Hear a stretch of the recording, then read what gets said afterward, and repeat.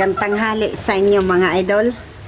Nandito tayo sa likod bahay namin. At ang ginawa ko kanina mga idol, nagpaligo ako ng aking mga laga at DIY mga idol para tanggal yung kuto ng ating mga manok at tsak at ito ay para sa aking pamamaraan at wala tayo munang pambili ng wash out, kaya ang ginawa ko mga idol at itong surf at tapos sinaluan ko ng isang takal na takip na sunrocks, tapos isang balding tubig at ayun ay pinaligo ko sa aking mga laga kasi marami ng kuto yung aking mga laga at DIY mga idol at 99% yan tanggal yung kuto ng ating mga laga. Kasi kung bibili ako mga idol ng wash out at wala muna tayong pambili kasi mahal yung wash out, kaya ang ginawa ko mga idol ay DIY surf powder at tinunaw ko sa tubig at yun ay ginawa kong pampaligo sa aking mga laga at konti pa lang mga idol yung napaliguan natin kasi marami to yung alpas natin na mga inahin at hindi natin mapaliguan, kaya ayan mga idol ayan pinaliguan ko kasi marami ng kuto mga idol. Bagong ligo, ayan yung ginawa ko kanina mga idol at lumalabo yung ating camera, ayan mga idol at ang hirap hindi makita, ayan. At nilalamig mga idol yung ating alaga, ayan at banda dito mga idol natapos ko dito pagpaligo dyan, yan, tapos umaambon na naman, tapos minute, kaya pa naman nila yung lamig, tapos mamaya mga idol magpapakain na naman tayong tanghali, hapon, magpapakain naman tayo ng hapon sa kanila, ayan, at bago ligo, tapos yan si Bugtong, yan. Kasi super dami na nilang kuto kanina mga idol at nung gabing yun nag unboxing tayo, ayan, ayun ay nagpurga ako gabi at maraming alpas yung inahin na itim, ayan mamaya dadakipin natin at yan at banda dito mga idol at ito bago ligo na rin to, ayan kita nyo nilalamig, ayan, habali dito ang napaliguan ko mga idol, yan, tapos dito area na to, yan lahat to napaliguan sa may banda dito,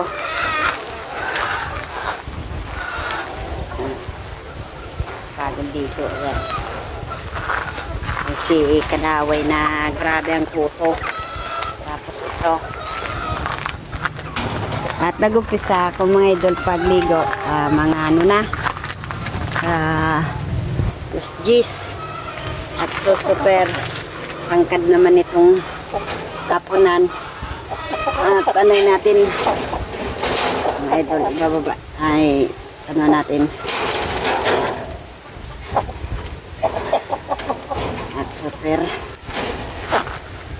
tangkad ditong kapunan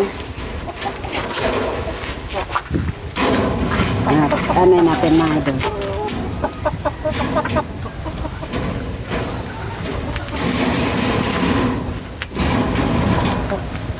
at ito pa lang mga idol yung napaliguan ko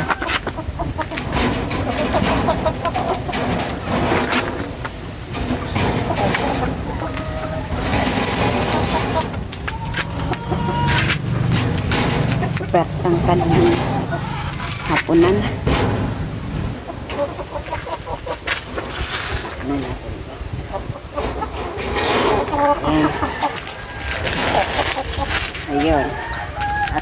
natin yung hapunan kasi napakataas. Ayan. At tapos, ayun yung isa. At ito din, at ibababa din natin yung hapunan kasi napaka taas gawa nito mga idol ng ano, yung bagyong Christine, hindi nababa. Ang bumaha kasi dito. Ayan.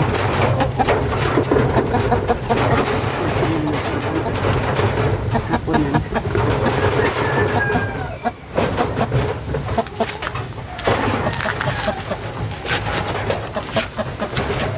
Napakahaba naman ito, mga idol.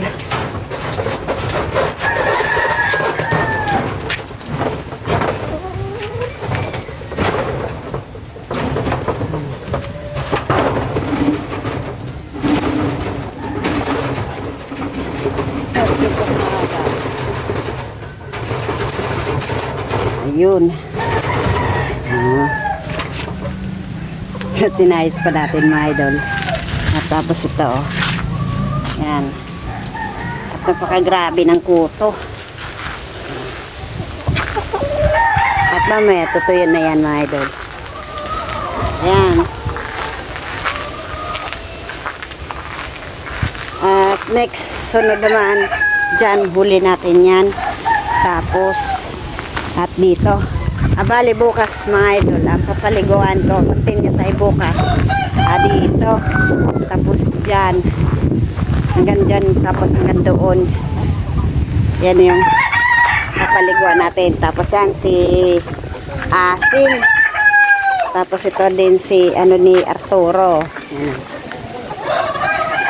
At sige dyan, manada mga idol yung aking mga inahin dyan. Tapos yun o. Yan. Bale, ang papaliguan natin mga idol. Yan. Ulit-ulit tayo. Kasi tapos na ako mga idol pag deworm. Kaya ang ginagawa ko na naman mga idol ay ligo. Idol, mahangin na naman. Kaya ang susunod natin mga idol pagkatapos pagpaligo ay magpapainom tayo ng vitamins, yung tablet para manumbalik yung ano nila, yung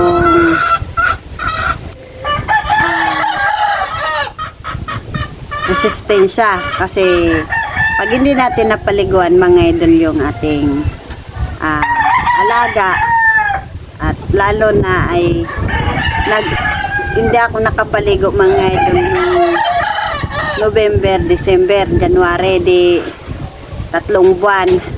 At namayat sila dahil sa kuto. Pag yan mga idol na hindi natin napaliguan at mangayayat yung ating alaga, ang makikinabang yan ay yung kuto. At isa din yan nakapa-stress sa ating mga alaga. At tapos namamayat, tapos namumutla. Kaya dapat natin gawin mga idol ay paliguan natin yung ating alaga. Tapos pakaligo, painom tayo ng vitamins at mag-inject tayo ng B12 para magbalik-balik yung kanilang pangatawan. Kaya yun mga idol. Sa ngayon yung ating sisiw ay okay naman mga idol. Kaya na-update ko kayo mga idol sa aking alaga kasi nag-start na ako magpaligo. Tapos sunod ay kami. Ayan mga idol, thank you pala dyan sa panonood ng aking video. At sana kung bago ka pa lang sa aking channel, at please like and subscribe naman dyan sa aking notification bell, at para lagi kayong update sa aking video. Kaya marami akong alpas mga idol na inahin. Kaya hanggang ganito lang yung ating gawin mga idol. Paligo, deworm, tapos inject vitamins. Tapos ganito lang yung aking pamamaraan pag alaga sa aking mga manok. Kaya pag sunod-sunod na yung init at na ano yung buhok natin. Pag sunod-sunod ng init, mga idol, pag hindi na malamig at yan, mag-ano na naman tayo, magbe-breed na naman tayo. Tapos, kasi nung una, yung pasisiw ako, mga idol, at hindi tayo swerte, at malakas yung hangin, at hindi tayo swerte, mga idol, kasi yun nga, nagbaha. Tapos yun, yung mga bakterya at pumunta dito sa amin, galing dun sa bukid. At dito, mga idol, wala na ako dito mga manok. At ayan o, at si Paring Putol at nandun na sa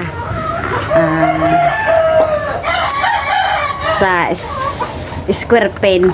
At nilagay ko na, mga idol, yung si Tabilog tapos si Putol, kasi okay naman, maganda na yung panahon, hindi na maulan, kaya yun, nailagay ko na dun si Paring Putol. At ayan, mga idol, at mayroon kaming kalamansi. Ayan. At yun, nakabilo na, mga idol, yung aking kalamansi. At kahit pa paano, pinutol namin, binawasan namin yung miracle fruit. At ayan, para mainitan, kasi hindi nainitan kasi, oh, ayan, oh, nalipudan nung miracle fruit. Tapos ayan, oh, mga idol, oh. Kasi kaya gipot yan, mga idol, kasi nandito yung mga inahin ko naghapon. Kaya yun, mga idol, at DIY paligo surf powder 99% tanggal yung kuto. Mga idol, si Putol, oh. At iano natin to, ihabol natin to sa ating pag-upload. Ayan, opo. Si Paring Putol, pugi-pugi, ayan, oh. At yan yung mata niya, hindi naman yan, mga idol. At alam mo kasi, mga idol, ay si Putol ay may edad na yan. Tapos ito din, yan, nagka-sipon din yan, mga idol.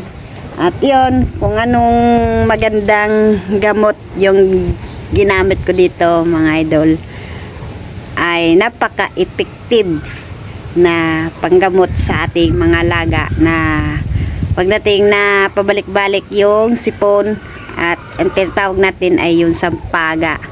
At pag may edad na yung ating alaga, at madali silang dapuan ng sakit, kaya ang maintenance ko na lang dito, mga idol, ay vitamins.